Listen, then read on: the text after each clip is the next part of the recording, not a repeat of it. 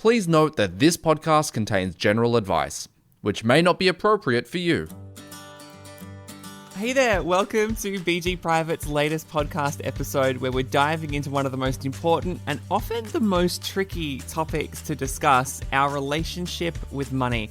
I'm your host, Triana Butler. I'm looking forward to learning a lot today. Together with BG Private financial advisor Jess Orrico, we're going to be exploring what it means to have a healthy financial mindset, how to break free from unconscious spending habits, and why understanding our money story is so crucial. Plus, we'll take a look at how money can impact our relationships, and we'll share some key strategies to navigate those tricky money conversations with a partner. So whether you're just starting to reflect on your own money habits or you're looking to level up your personal finances, this episode has something for you.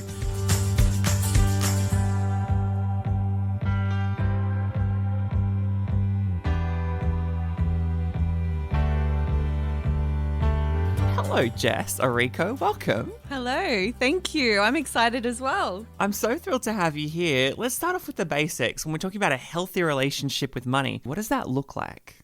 Well, to answer this, I think it's really important we ask ourselves, what is money? So money in itself, it's just a tool. It's neither good nor bad. And when we use it well, it can be used to help us achieve whatever we're trying to achieve in our life. So by treating money as a tool rather than an end goal, we can use it intentionally to build a life that reflects our priorities and our aspirations. So then if we talk about what a healthy relationship with money looks like, let's think about money as a person in your life. What kind of relationship would you have with it? Is it like a best friend? Is it like a awkward acquaintance? Is it like that ex that keeps coming back that you don't want to see? No, I want the money to keep coming back. I want to keep seeing it. Exactly. Yes. You want it to feel like a supportive partner. Yeah. Someone who's always there to help you achieve your goals, as long as I'm treating it with respect and care. It's a great way of looking at it. I think for someone like me and, maybe my relationship with money is not the best, I can feel a little guilty sometimes. So Yes. I like that idea of moving towards something that feels really supportive, like a partner. Exactly. That is the goal. And it's also really important, you use the words guilt and shame. Mm-hmm.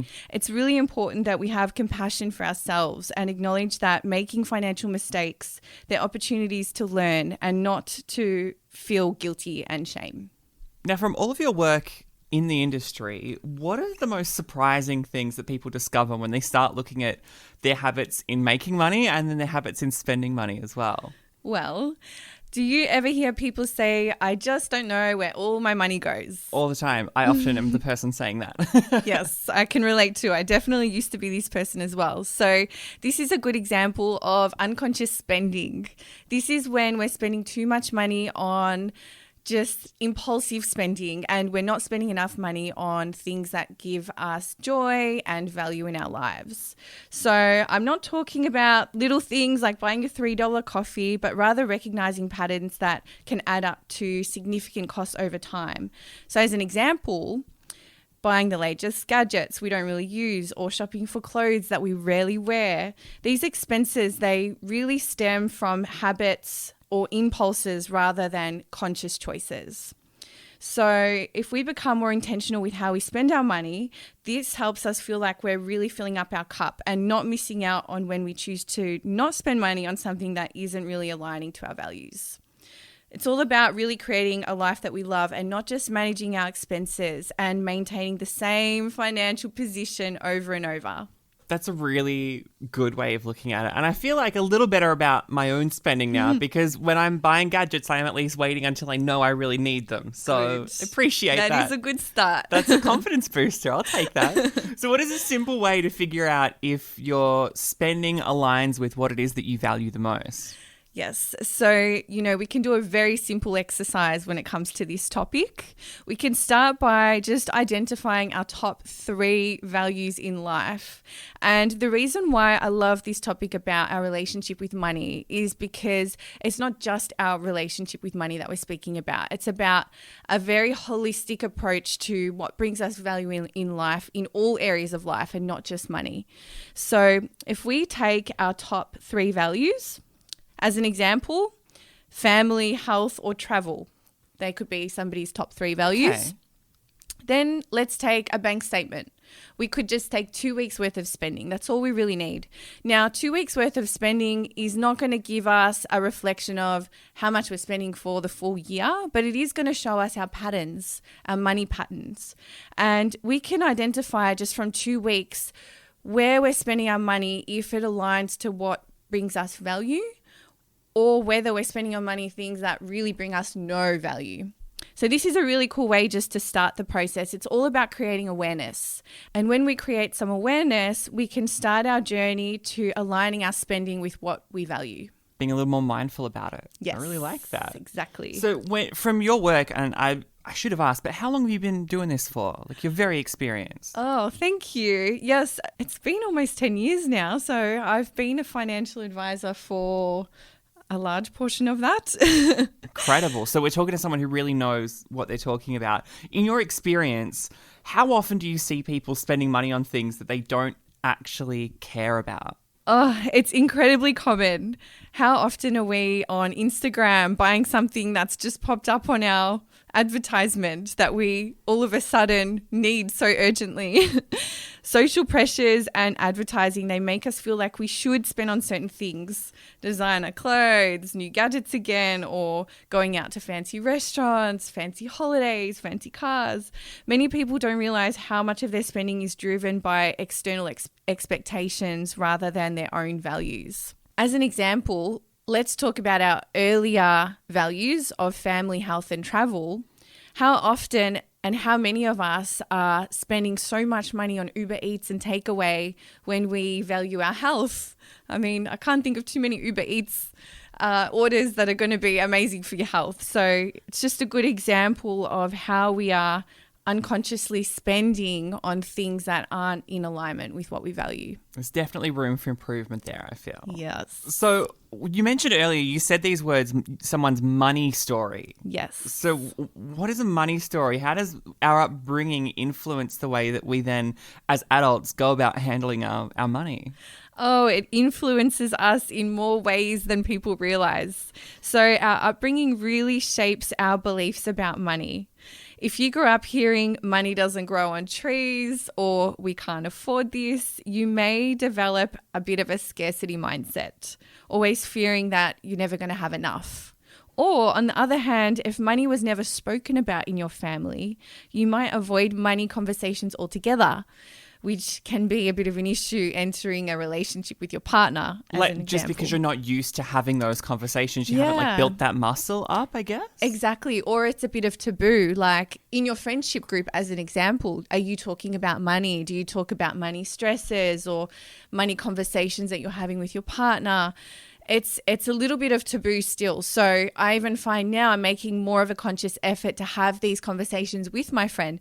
Money makes the world go round at the end of the day. We all need it to survive and to thrive. So if we don't know what we are experiencing, what challenges we're experiencing around money, then there's no way for us to learn and grow as well. Now, I hope we can go there, but how were things for you growing up? Well, my family, they migrated to Australia from Argentina. So they very much valued their hard work, and hard work equated with success. My parents, they worked really long hours and saved as much as they could. And it took time for me to really understand that financial growth is more about the strategy and investing and less about endless hustle. So I've had to work on shifting my mindset around just saving money, and saving money equals success, and pivot to be thinking about investing and how can I make money work for me. So if someone has never stopped to reflect on their relationship with money, where do you start? I mean, if you want to work out whether you have a healthy relationship with money or not, like, what's the simplest way to start going about that? Great question. So Thank you. it's all about awareness to start with.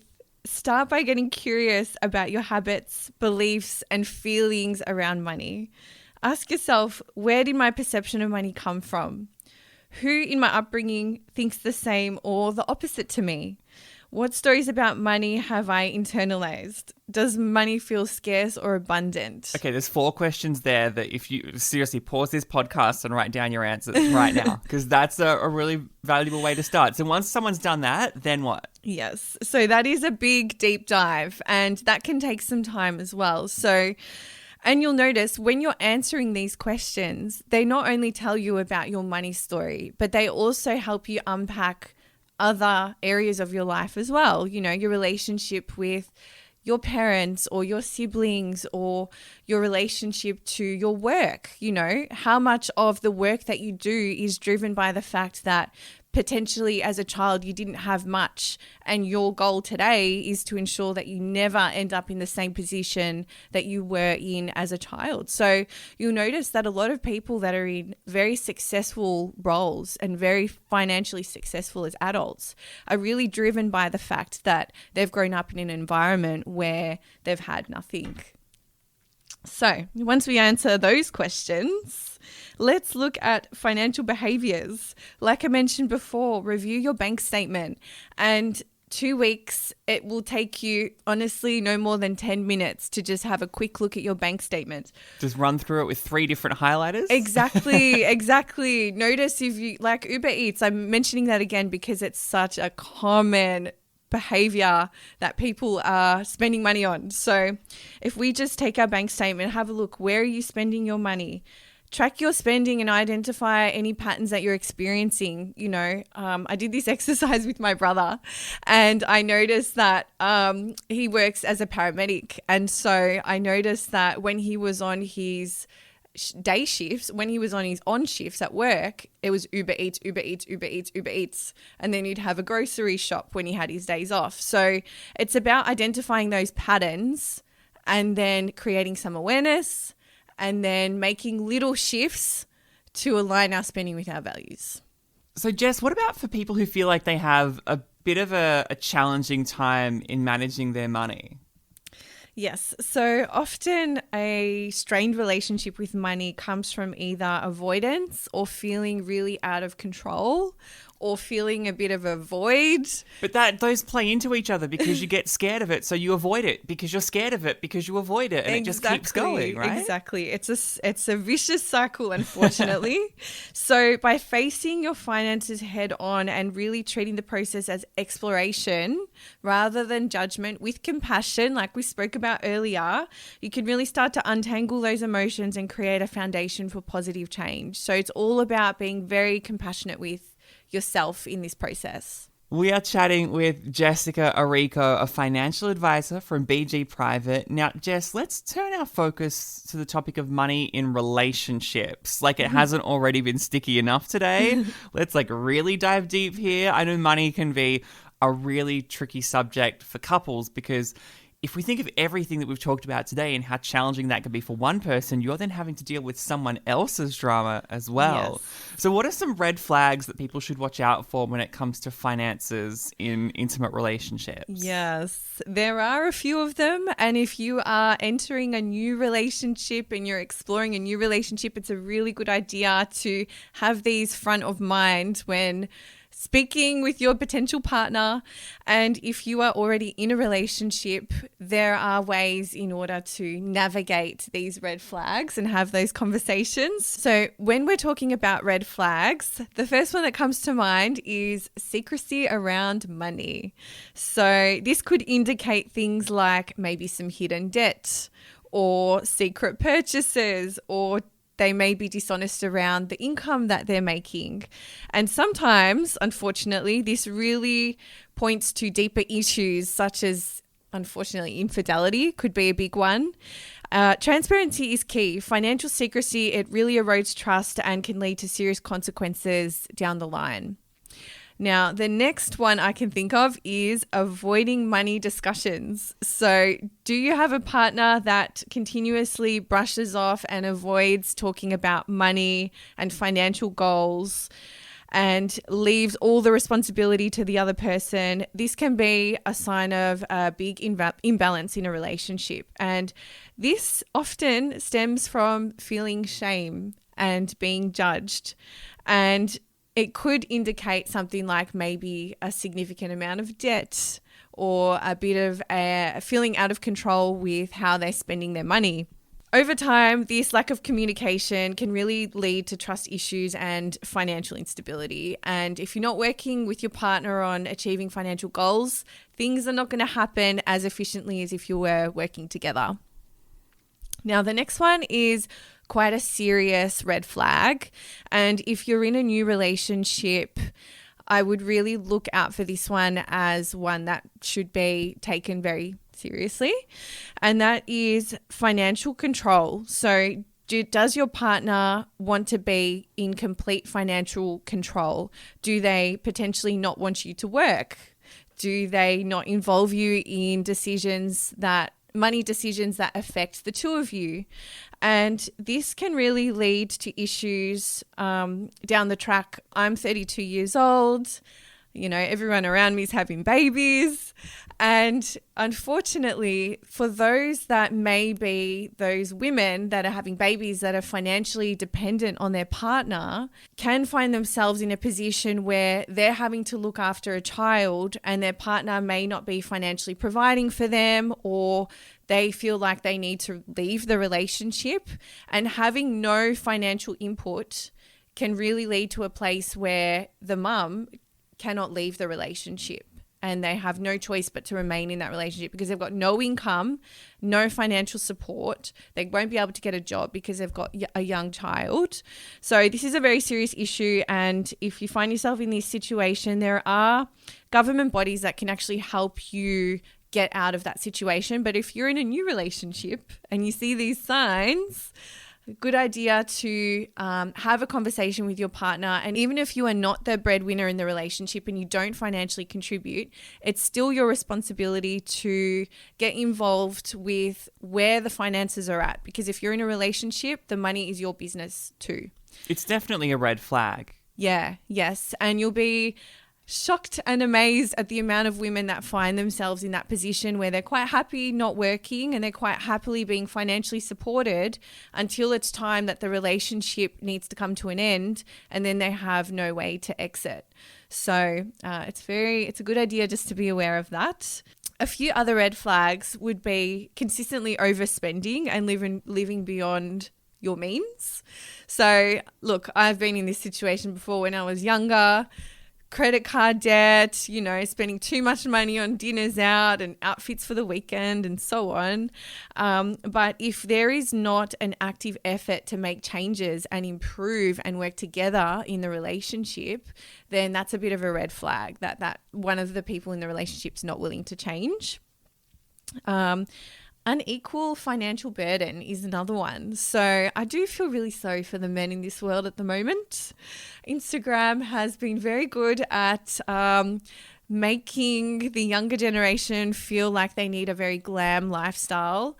And I do feel like men these days are often expected to provide the fancy cars, the holidays, the house, have a partner that doesn't need to work. And so it's okay if you have two people in a relationship and one is the financial provider, but people need to contribute to the relationship in their own way, in an equal way. So may not be the same thing, but they both need to be contributing. So if you're in a relationship and you feel like you are expected to provide financially and the other person isn't giving as well, that's a bit of a red flag. And the last one that I can think of is a lack of shared financial goals. So if you both have different financial goals, that's going to be really, really hard for you to reach those goals together. If one person wants to travel the world and the other one wants to settle down and have a family, then they're two very different financial goals that obviously lead to a bigger issue in the relationship as well. So discussing your financial goals as a couple will help you navigate that red flag. Well, earlier on you mentioned having financial values. Yes. And you listed health and travel and family as these kind of values. And as you say, if you've got two people who have different values in there, it is going to be a mismatch. Could you maybe just like get together with your partner and work out what your 3 values are as a couple and do it as like a cute little date at home? That's right. Yes, I love it. I think it's very important to have those conversations early. It's shocking to me sometimes to have clients come in and they don't really discuss money and finance, and they have assets that they don't know that they actually even have, some of them, So being on the same page with your values, and you'll notice that this topic around our relationship with money, it goes into other areas of life. If you have a good relationship with your partner around discussing money, it's going to help you in all aspects of your relationship as well. So what do you recommend couples do? If someone feels like them and their partner are just totally misaligned on their money priorities and they're just completely going in different directions, how do they figure this out together? So it's really important that we focus on understanding rather than blame. Start with an open conversation about each person's money story, like we spoke about, and financial history. Our insecurities often come from somewhere. They don't come from nowhere. So our habits are rooted in past experience. Maybe one person grew up, like I mentioned, struggling financially whilst the other didn't. So once we know each other's why, it's much easier to be compassionate and understanding with each other. Creating a really safe space to have these conversations is also really important. Remember, a lot of these red flags come from a place of insecurity, shame, and guilt. So approaching the conversation to work as a team is very, very important. As I mentioned before, when it comes to the financial control, it's actually even abuse in some situations. If you feel like you're in a more serious situation like that, there are government organisations that can help and provide things like vouchers and places to stay that can help you exit that situation. That's really good to know. Thank you for that. So in your professional financial advisor advice, do you think couples should be sharing all of their financial details, or should they be keeping some things private? What's your take on this? Look, a very personal decision. But what I can say about this is, once you're in a committed long-term relationship, each person's debt and assets is your business, okay? So I have noticed a shift with my clients, especially clients that are 50 plus. They're very old school. They like to have everything joint. They've got one joint bank account that everything goes into and comes out from. The younger generation, they tend to have more less transparency with their bank accounts, But some people even have completely separate accounts. They could be married and, some bills get paid by one person, other bills get paid by the other. So what I can say about this is that it's all about balance and open communication. For the big stuff, it's really important that we're transparent. Things like saving for a house or paying off debt. However, having your own personal account can be really healthy as well. It's all about transparency. So if you've got joint goals like saving for a house or paying off debt, it can work really well having a joint account for these bigger things. But then it also works really well to maybe have your own personal account. So you're not having to share every single thing with your partner. You may want to spend, you want to buy him a gift or something like that. You don't want him seeing what you're purchasing. So having a little bit of privacy works really well as well. The key is really agreeing on what works best for you both. Coming to it as a conversation together where you're deciding, oh my gosh, yes. as a couple, as a team, what a strange concept.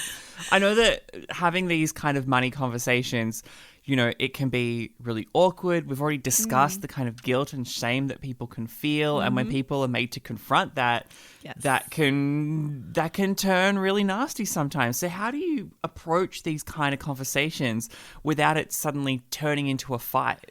Oh, yes, that is a good question. So one of the best ways to approach this conversation is to frame it as a partnership. You guys are working together. You're a team. It's not me against you. So you can say something like, hey, I want to make sure we're both set up for success. Can we chat about how we're managing our money together? So just being very inclusive with our discussion. It's non-confrontational and positions you both on the same side rather than against each other. It's always good as well to plan these discussions in advance. So in a time when you're both not busy or distracted or tired or preoccupied. So it's always good to have the conversation in an environment that you both enjoy as well. That helps a lot, surprisingly. I personally like to have my difficult conversations walking outside in fresh air, walking in the same direction together. I feel like it really fosters a sense of teamwork and moving in the same direction. I also feel like sometimes when I'm having difficult conversations sitting down, facing each other, it's easy to get in a bit of a rut and the conversation becomes stagnant. So walking really helps keep the conversation and the energy flowing and moving forward. Surprisingly helps a lot. I actually love that. And Yes. then we all feel a little bit healthier and fitter as well. We're all working Exactly. towards the good stuff. Now, what's one question that every couple should ask each other about money before they start moving in together or before they get married? Because those are some really big decisions to make. Definitely. I would say one of the main questions you should be asking would be, what does financial security mean to you? Everyone's version of financial security is so different. So this question really opens up the door to understand your partner's priorities, whether it's saving for the future, whether it's living in the moment. It's really important to have a good understanding of what this means to you and your partner.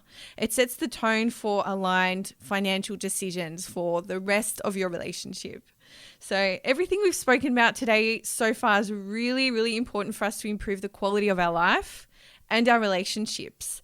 But to elevate this even further, it's really important we talk about financial literacy. So when I say financial literacy, a lot of people give me a big yawn. Sorry, that wasn't me yawning, I promise. Look, it doesn't sound like the most sexy topic, but I can tell you from my own experience, being financially literate will elevate your relationship with yourself, your significant other, and those people around you as well. So when you're in the moment, talking with your partner, having conversation about your financial plans, and you're both feeling really great and inspired and motivated about them, I promise you it can be a sexy combo.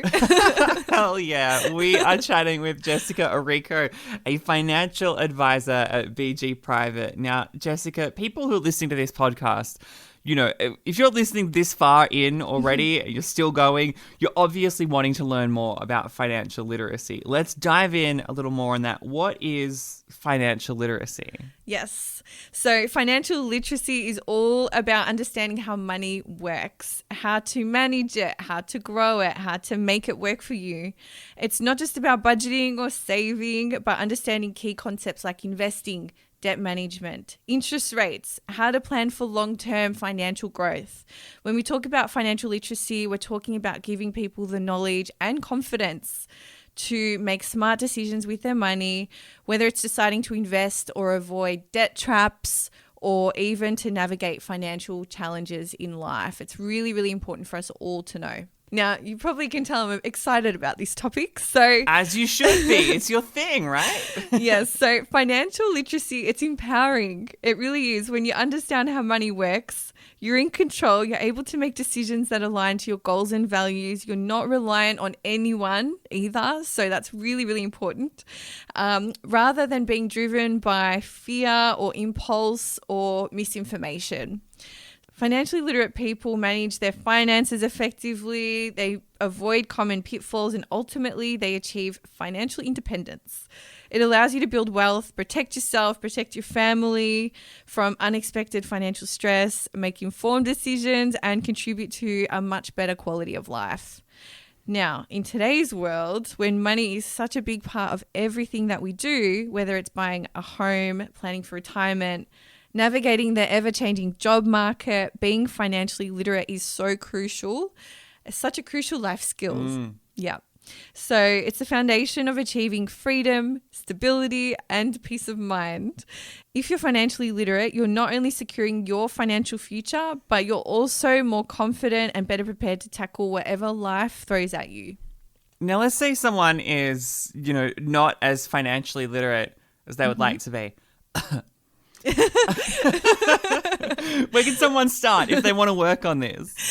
Oh, yes. Okay, so there is a wealth of knowledge available through books and podcasts these days and courses. It's really important to just make sure that you're learning from a credible source. Sometimes I jump on Instagram and I see people suggesting invest in this or invest in that. Red flag. Oh my gosh. Red flag. Exactly. Don't listen to these people. So it's find somebody credible, follow that information, learn from lots of different sources. There are lots of different ways to get to a place of financial freedom and get your financial knowledge up. You may align to the way somebody talks about money, might sound quite simple for you, and that's good for you to just listen and absorb some of that knowledge. Again, starting with that awareness around your own spending habits is really important. And familiarizing yourself just with key concepts such as budgeting and saving and debt and investing. Just really understanding what that means and what it means to you. Take control of your own money, understand the inflows and the outflows of your bank account, and set some financial goals. Learn to set achievable financial goals. I use the SMART goal structure with my clients, which is essentially specific, measurable, attainable, relevant, and timely. So you're setting goals that you can actually work towards is really important. You can use this structure for any goals in your life, not just money goals as well. You could also talk to a professional. So part of my role, and the part that I really enjoy the most in my role, is educating clients on key financial concepts. So making sure that you seek advice from a credible source again. And like I mentioned, Instagram has an influx of financial coaches these days. So just make sure that they're a credible financial coach. And lastly, taking control of your finances and money is a journey. And it's really crucial to approach this again with some patience and some compassion and celebrate the small steps forward. Okay, that's great. We've had a lot of really good, actionable advice there. And on that note, that is a wrap on today's episode. Jessica Orrico, financial advisor at BG Private, thanks so much for being here today. Thank you so much for having me. It was fun. I hope you found some valuable insights from Jess on building a healthier relationship with money, both for yourself and in your relationships. I know I did. And remember, it's all about intentionality, compassion, and taking those small steps towards financial wellness. If you enjoyed today's conversation, you can head to bgprivate.com.au, grab BG's contact details there, and the team will connect you directly with Jess. And don't forget, share this podcast with your friends because everyone is going to benefit when we learn about financial wellness.